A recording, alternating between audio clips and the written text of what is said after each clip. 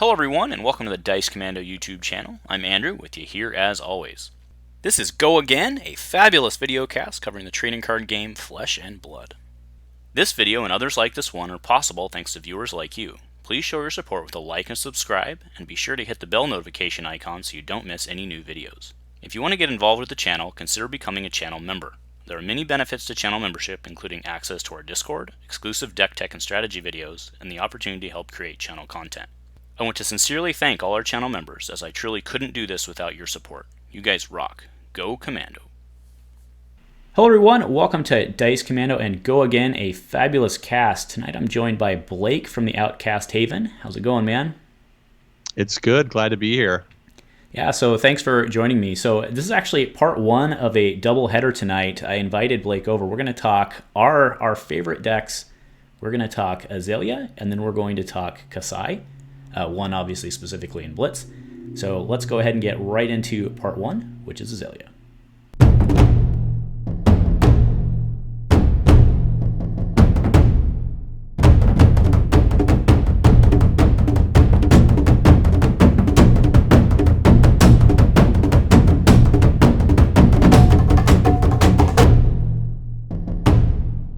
Hello everyone, thanks for joining us again. So Blake from Outcast Haven, for the people out there who don't know you who are, tell us a bit about yourself, man. Yeah, so I've been playing games for quite a while. We've been following Dice Commando for a while. We are old, our group is a bunch of old dogs in the Destiny community. We played that for a long time for Star Wars Destiny. And after the game died, we bounced around and we found Flesh and Blood. We're excited to be doing that. We cover it on our channel, Outcast Haven, because we love the game, and it's a great community and great game. So we're excited to be covering, and I'm excited here to be talking about it with you. Yeah, and make sure to check them out. They actually have they're fortunate enough they actually get like IRL gameplay, which is hard to come around in the States these days. So make sure to, and that's Tuesday nights, right, at 7 Central. Is that right? Yeah, so we do our live stream on TTS on Tuesdays, and then we've been doing, when we have an opportunity we have some limited opportunity to play in real life, and we did a stream for that. We got another one coming up here soon, and yeah, we've been trying to get out gameplay as much as we can. It's hard right now to come by in the States, but whenever we get it, we get it. Yeah, fair enough. All right, so when I was actually on your guys' cast, I think it was 2 weeks ago at this point, it came out that Blake and I have very similar interests in terms of the heroes we like to play, so that's what we wanted to talk about tonight. And first and foremost is Azalea. I think I think it was clear we both agree that she's in a struggle spot. So what I kind of wanted to open up with, Blake, was I was trying a new build actually just last night with my buddy Josh, and it fell completely flat on its face. So my first question for you is, with a caveat kind of here, is which weapon do you prefer? Do you prefer Death Dealer or do you prefer Redliner? And like I said, the caveat there is last night I was really trying to make Death Dealer work, but I kept running into that problem of you need 2 cards to make it work. Yeah, Death Dealer is interesting. So I prefer Death Dealer, but I think that probably has a lot to do with the build style that I have. Now, I think one of the things that obviously pairs with that is the every 3 turns Tunic. And, I like to play with cards that I have personally, so I know like some people just haven't been able to get their hands on a Tunic. We were lucky, we bought some, myself and the other guys, we bought them super cheap, and by game standards, and especially by this game standards, I mean we spent a reasonable amount of money to get them. So I have my Tunic, and I think that makes a big difference in Death Dealer, just because every 3rd turn Death Dealer being on with 1 card in hand is huge. Because it makes Death Dealer free, and then it actually draws you a card. So now you can get some other options. The other thing is I run like an absurdly low costed deck. So I actually pulled my deck up just because I was curious. The guys actually, we joke about it all the time. I built a really red line deck, so most of my stuff is 1 cost or free, and the deck literally has an average cost of 0.48. Just for a reference point. So I don't run a lot of 0 cost arrows, so I rely pretty heavily on getting something into the arsenal that I can use. So that's probably part of the reason. Then I just need 1 card to fire the arrow off if necessary. But I also play really tall and really fast. That's my goal with Azalea. Okay, so you're you're going for the, I mean, obviously the retinal ledgers, the remorseless, the headshot's fantastic, that type of stuff. So you're not playing Sikkim, right? You're going for your big stuff. Yeah, I have, so basically all of my arrows, the only arrows I don't run in red. So all of my arrows are red. The only exceptions are I run 3 yellow sleep darts, and 3 blue ridge rider shots. Other than that, I only play red arrow, and then 3 blue headshots. So I basically run, out of all my arrows, pretty much all of them are red, because I'm just trying to put out maximum damage. Sure. And then I just buff. My goal is to just multi-buff is kind of the way that I play it. Okay, yeah. So you're taking, I mean, I assume you're playing plunder runs. You're taking aim, plunder run, nimblism, all the good stuff, right? So. Yep, come to fight, like just anything, increase the tension, all the red buffs basically to give them +3s. Oh, so you're playing come to fight. That's interesting. Yeah, I've actually, so come to fight was something I like just because it's a +3. I've considered foresight. Because it has the opt option, which would help maybe make Azalea a little more consistent with her effect. But I basically put in as much as I could that buff. But that's also because I run 3 in Light and Strike, and I run 3 Ravenous Rabbles, so I can proc Nimblism and come to fight on those abilities. So on those cards, I can also use that ability to just get the +3. So it's just, I'm just trying to stack huge attacks, which my buddies love that. They appreciate it. So yeah, no, that makes sense. So I mean, like you, I run a very low cost profile, but I run a ton of the zeros. But that's because I'm running primarily my history is I'm running Redliner. But last night, this new build I was trying was actually, foresight was one of the, I mean, I don't want to say key part, but foresight was one of the plans there was, because I'm sure you've done this a million times before where sometimes you'll reload a card that's not an arrow, right? You'll take 100%. take aim to plunder, throw plunder, and then reload an arrow and then throw the arrow, right? So, I mean, it's something we've all done as Ranger players.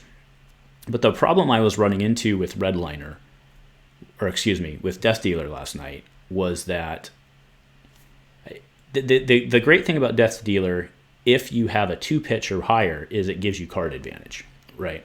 Net card advantage, because you would be pitching the 1 card, like let's say you're pitching a 1, you get that back, it's even, but if you're pitching a 2, then you get card advantage because you can play another 1, right? That just to explain the thought process out there. So that's why I was saying, okay, I'm going to run a little higher pitch profile. The problem was you still need 2 cards. Right, you need a pitch card and you need an arrow to reload in order to do, because you can't use Death Dealer if there's no arrow to reload, right? So So how have you been able to get around that, I guess, is my question. Yeah, so I'm pretty reliant on I do run a lot of arrows. So I mean, 3, 6, 9, I'm sorry, I'm adding them up now, 12, 15, 18, 24, 30. I mean, I run like 33 arrows in my build. Lot. That is a lot. Yeah. It's I'm all in on arrows. Like I just don't want to cycle out of arrows, and then I basically just kind of give myself the opportunity mathematically. If I don't hit an arrow, hopefully I hit Light and Strike or Ravenous Rabble, because the other option, right, is Rabble's great because it lets you effectively opt. So if you don't have an arrow in hand, but you have something like a take aim that gives you an opportunity to put something into your arsenal, you can Ravenous Rabble to take a peek at that top card, and if it's an arrow, you can just reload anything and then be able to Azalea into an arrow. So it just gives you some consistency in that. It definitely has its, I think the issue that I run into most is not that I run out of arrows. It's that if we get past a certain turn, I lose a little steam, because if I can't hit hard and fast, then I kind of come up short because I just run out of all of the buff cards, because that's probably the bigger issue. I never have an issue hitting an arrow. I have an issue that once I run out of plunder run, nimblisms, increase the tension, and come to fight, I kind of start to lose my steam, and I don't have the oomph to push the arrow effects through, because I kind of rely on the arrow effects to give me my advantage. Running 6 sleep darts effectively with the 3 red, 3 yellow, 3 remorseless, and 3 red in the ledger. I'm trying to push those effects through so that way I can hopefully punish my opponent and they have less than stellar turns. Yeah, sure. No, that makes sense. I do think it was interesting you brought up that you run the blue Ridge Rider. That's probably actually a better idea. I run yellow Ridge Rider, and actually, I mean, I'm only using it for the op effect, so there's really no reason not to run blue. That's actually kind of dumb. I should have actually already been doing that. So that's a good point. Yeah, so I guess that's where I'm at. I mean, it sounds like we're both in agreement after, I mean, we've been getting reps with Ranger for a while now. It sounds like we're both in agreement that her go tall strategy, or maybe not go tall as much as single shot arrow. Let's call it that, right? Because like I'm okay scar for scarring in or ravenous rabbling in, and then fouling arrow. But trying to get off more than one arrow shot per turn generally doesn't happen. I find, right? Yeah, I think the issue is they don't have, there's not enough tricks other than because take aim costs you a card. You effectively, in order to shoot an arrow with a take aim, even if it's a 0 cost, you have to have a take aim and another arrow. And if you have 2 0 costs, then you would need to be running the redliner, or you have to break your bullseye bracers in order to get another arrow in. And then it still is it's contingent on it being a 0 cost to still fire that one. So usually to get 2 arrows off in a turn almost takes it takes a 4-card hand. And that's asking a lot when other people hit you back. You know, if this was like a fight where you were a ranger and you could just like sit at a distance and actually shoot arrows and they had to do something special to hit you, that'd be one thing. But you know, they still get to punch you. So you're in hand-to-hand combat, which I suppose is why ranger might be at a disadvantage. Yeah, no, I mean, I think that's very well said, right? I mean, the dream combo out there, right, is some sort of like rapid fire into endless arrow with bullseye and all that, right? So you get multiple of the same shot arrow. But that's just, I mean, that's too combo-y even for this game, right? Like it just isn't going to happen. So, and then you actually brought up another point I wanted to ask you about. So the other problem I'm having with Dominate, with Azalea's Dominate. Like, everybody knows that Dominate is a great way to punch damage through. But the problem is they then, because they're only dropping 1 card, sometimes even a defense react from Arsenal, they go into the next round fully loaded. Right. Excuse the term in a ranger conversation, but they go in with a full hand, and that's generally bad as well. Yeah, I think the issue that I've run into with ranger is that to go tall, I think the best way to play ranger that I've experienced is the go tall version. The problem is the go tall version requires things like nimblism and increased attention. It requires plunder runs. You usually play stuff like rabble. And what ends up happening is, I think the most underrated thing that I looked at on cards when I first built decks was the bottom right-hand corner. And I underappreciated shields. Now, granted, that could be because I was a warrior player first and I came to Azalea second. And I took for granted the fact that every single warrior card has a 3 block. So I didn't realize that other decks had to struggle with 2 blocks. But playing a go tall strategy means you're playing a lot of things that have 2 blocks. So it costs you a lot of cards. You need your arsenal. So when someone command and conquers you for 6, you have to block it all. And in other decks, that's 2 cards. And in Ranger, a lot of times that ends up being 3 cards. So now you go into your turn with 1 card, and you basically like, cool, I have a card in my arsenal. That I'm not sure that was worth my whole hand. Right. Yeah. I mean, that's why. So like I said, last night I tried that new build and gave up. And actually what happened was, because we were just doing a playtesting game. My opponent, Josh, actually, he was like, we were talking it through, and he's like, yeah, just switch. So we actually just switched bows in the middle just to keep playtesting, because it just wasn't working. And I'm not saying that because I failed last night that Azalea is not playable. That's not what I'm saying. I'm just saying we've been trying out some different things, and fundamentally, like you said, having only 1 card in your hand means you don't get a turn with Death Dealer. So yeah. And the other part, like you said, is your arrows are the ones with the 3 defense. So you're burning your arrows to defend 3, right? So, when somebody throws a big attack at you, it requires your arrows to block. So then you're basically stuck in a world where you either take a bunch of damage and then be able to push back, or you block out and then you look at your hand and go, oh, well, I have an Enlightened Strike, and that's the only card I have left in my hand. Or I have a Ravenous Rabble. Cool, I'll hit you for, oh, hey, look, I flipped the 1 blue in my deck. I'll attack you for 2. Yeah. All right, let me ask you, if I can, about some specific tech. Do you run knock? Yep. I do run it at 3. I've considered it going to 2. Only because it's a card that I usually just cycle all game, and then I use it at the end to set up the dominate, to try and find the arrow that I need. Mm-hmm.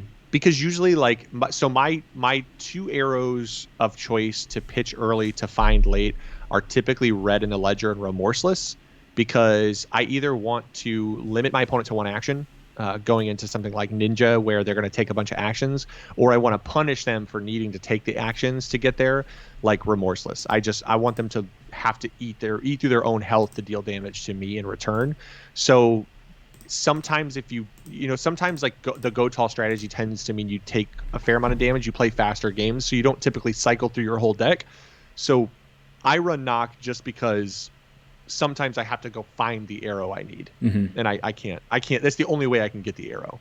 Okay, so I also play. I have 3 of them. I do play 3, but I find that most often I'm pitching them. So I'm wondering if there's not a better use of a 3 pitch. Like for a while, I was actually playing lunging press. I know it sounds dumb, but you're kind of at a shortage of attack reacts, and that's a blue. And I know it's only 1. Yeah. But it does come through to sometimes it has come through for me to punch. Now it's not in my current build, but I have played it in the past. Yeah, I love. I mean, the 1 over the top is like the classic. That's the classic ninja strategy, right? Is oh, you think you got away from my second attack? Well, here's a punch through. Now you got to block my third one. You're going to give me a draw off my mask. And Ranger with the effects needing to hit. Just being able to push 1 over the top a lot of times. It's 1 card versus like 2 for Razor, and makes a big difference a lot of times. Yeah, well, yeah, exactly. I mean, you nailed it. Razor Reflex is the only other option Ranger has, right? Unless I'm missing something. Yeah. No, I mean, I think that's the only, and I'm not sure there is another one, and if there is, that's the only, I think that's the most viable one. Mm-hmm. Sure. Yeah.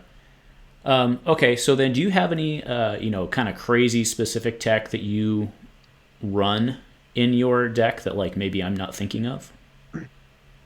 I don't think so. I mean, I run the only cards that, and I don't think they're necessarily out of the ordinary or they're crazy. Like I do run limited defense reactions. I run 3 Fate Foreseen Red and 3 Take Cover Red, only because they have reload and opt, so they just kind of help me set up my next turns. But mine is like red line to the core. 53 reds in my deck, so. Oh wow! I mean, yeah, that's a lot. Yeah, I mean, I played the yellow. I play yellow Take Cover, yellow. I play 2 copies of Yellow Fate Foreseen just because of the way that my own personal collection worked out. Because I only have 2 Remorseless, so I have to have 3. Okay. 2. I have to have 3 2s, right? Yep. How about Poison the Tips? Do you play that one? So I don't in my build right now, only because it felt like a lot of times I ended up pitching it the whole game. I could never find a good time to pop it off. So it ended up being one of those cards that more often than not, I just pitched all game. And then, every 3 or 4 games I would use it. But it just didn't have, like, the arrows themselves, I felt like always had enough of an effect that your opponent would either block them or not. Like Poison the Tips didn't make the difference, if that makes sense, between your opponent taking them or not. So it felt like a card that, in effect, that because your arrows already have pretty devastating effects, was something that didn't really change your opponent's mind. They were going to do what they were going to do regardless, as far as blocking or not blocking. Sure. Yeah. Well, I mean, if that comes down, I mean, that's another one of those cards. I think we talked about it when I was on your cast about how Azalea is clearly a go tall, but it feels like her cards are go wide. And like that's one of those cards that feels like you're trying to poke multiple hits per turn. Yeah. So yeah. I do currently have 2 of it in my deck because like it's one of my 3 2s, like 2 copies of. Yeah. But I'm last night I realized that the only reason I was playing it like when the only time it would hit the table as a played card was when I was really kind of out of options already, which means that there's better options out there, right? So yeah. I think one of the cards that I started running as a 2 of was Feigned Death. And I think the only reason I run that is probably because I have an extensive amount of experience into Wizard. So we have one of the guys in our group is exclusively almost a Kano player, and he is real, like that's just his baby. It's what he does. He just plays Wizard. He loves it. He plays a lot of stuff, but Wizard is the thing that he always goes to, and he even plays it in Classic Constructed, where people have basically agreed that while Kano feels completely broken in Blitz a lot of times, it is pretty suboptimal in Constructed, because it's a like 30 health is a lot less to chew through than 40, especially for a Wizard player. And so Feigned Death became like a tech for Wizards, where I would just cite it into Wizard matchups, because when they hit you with a big attack, usually like if they stir into Forked to hit you for a big attack, a lot of times they have Blazing Aether to just double it with Kano, or hit you with it again, so you can feign death and then not take damage for the next amount of damage you would take. So you can like you can block their blazing for their big swing.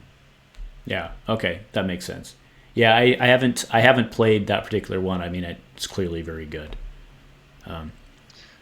Okay. Well, I mean, I think those were all my real questions about it. I mean, I don't think either one of us is going to come on here and like at this point have some like major revelation on Ranger. But I figured between the two of us putting our heads together, maybe we could at least talk strategy. But it sounds like you're still, I mean, it's actually maybe not, right? Because it sounds like you're still Death Dealer heavy and I'm still Redliner heavy. But I mean, personal playstyle does matter, right? So yeah, I think I know a buddy of ours, Toby, he actually has a build that he kind of went off of what he said. He listened or read something that Matt Rogers mentioned. And if you don't know who Matt Rogers is, he's basically the guy we all want to be in Fab.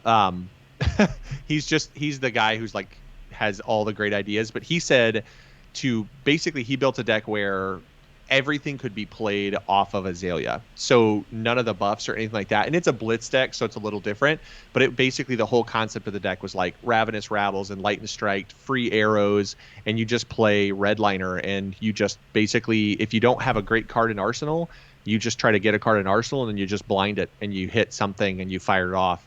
And then you're trying to play go again things. So, Scar for a Scar in Light and Strike, or Ravenous Rabble into maybe an arrow. And you're trying to just stack actions and blind into like dominates that hit for 5 or something. Sure. So that's an interesting build I've been playing with a little bit too. Because that way you're not left with them having a full hand, because you've either hit them for a bunch or they've blocked several times. So it's a little less impactful. Yep. That's interesting. Yep. Does he play Fervent Forerunner in that? Because that's something that I've been looking at. I don't think so. Okay. It's pretty much all. Yeah, I think he runs just like Scars and in Light and Strike. Ravenous Rabble, I think he runs multiple Ravenous Rabble. He does run Plunder Run, because he figures if you hit Plunder Run in the Arsenal, then you can just you just Redliner an arrow in that you got in your hand for 0 and pop it off and get the buff from it. And it's an interesting build that I've been toying with, because I think that there's something to putting in a bunch of stuff that's not arrows, that if you just blind into it off of Azalea, it doesn't stop you from taking a turn, and you can just kind of keep playing no matter what hits your arsenal. I see. That is interesting. So is he playing like Yellow Scars and stuff as well? Just to I believe he's running a bunch of, I actually have a list here. Let me see if I can pull it up. I know this is kind of in the middle of everything, but I mean, he runs like sigils and stuff. He runs Red Scars. He does run Nimblism just because you can pop it off, but it's mostly stuff like he takes out things like Increase the Tension and some of that stuff that costs 1, or like Razor. Like there's no Razor in the deck, because if you blind into a Razor, you basically just ended your turn and possibly ended your game. Because we've all done that, right? Like until you run into like Ravenous or in Light and Strike, you literally can't get rid of Razor, because you can't play your arrow from anywhere else. So like he took out things like Razor that can get in your arsenal and stay in your arsenal, and just put in things that can be played out of. So he runs red scars. I don't know if he runs yellow scars. I think he might. But yeah, the whole point of the deck is just cycle through the arsenal and use your arsenal as a resource, basically, because you can blind. So you can, at the end of your turn, you can arsenal something. You can, just, and then you can just blind it and fire it off and just go for it. Sure. Yeah, that's interesting. Maybe I'll notebook that out. Okay, fair enough. So, okay, so let me recap. No decision on weapon.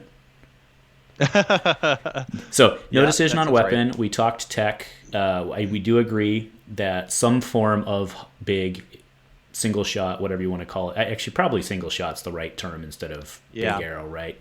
So single shot's the way to go. Whether or not we know which bow it is, I don't know. Yeah. Yeah. Okay. Fair enough. Well, we're closing in on, we're almost closing in on a half hour. So let's put this one to bed. So any last minute advice for budding Ranger players out there? I think my only advice to Ranger players is, like the rest of us, just be really hopeful for Monarch and hope they give us that one thing that we need. I don't know that it's one thing, but I hope it's one thing. Otherwise, just, go tall, go big, and hope you can win before you die. Yeah, fair enough. One last big question. Is Ranger better in Blitz or constructed?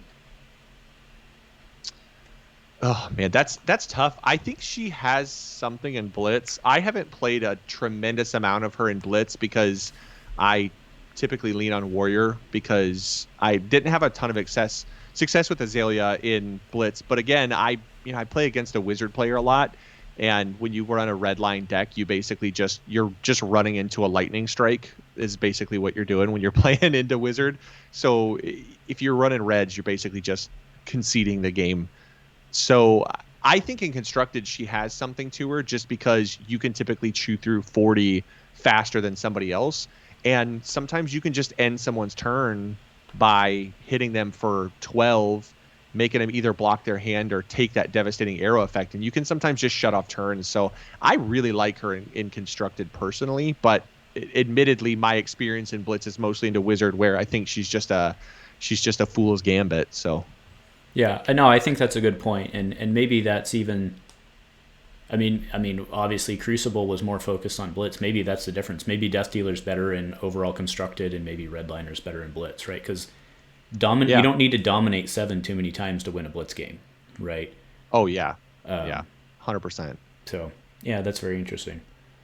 All right, well, thanks, man, for joining me on Ranger. Like we said, everybody coming in, this is 1 of 2, so we're going to shoot another one that'll go up a couple days after this, talking about Kassai. So, thanks, man, for joining, and thanks, everyone. Just want to remind everybody out there that, as far as pre-orders and everything going on, go from your LGS, but if you're not ordering from your LGS, order from my LGS, Gongai Games. They're a great supporter. Use code Commando10 at checkout for 10% off your purchase, and that's good for anything at their store. Also, my boy over at Fab Boundary, when he's got singles available, you can click the link in the description below, go over there, and I actually get a small kickback from anything you buy there. He's got great prices, and he goes out of his way to help the community, and he's actually even running some events right now. So make sure to go check that out. Blake, again, thanks for offering up all of your huge amount of Ranger expertise. And nothing else, guys. Go Commando.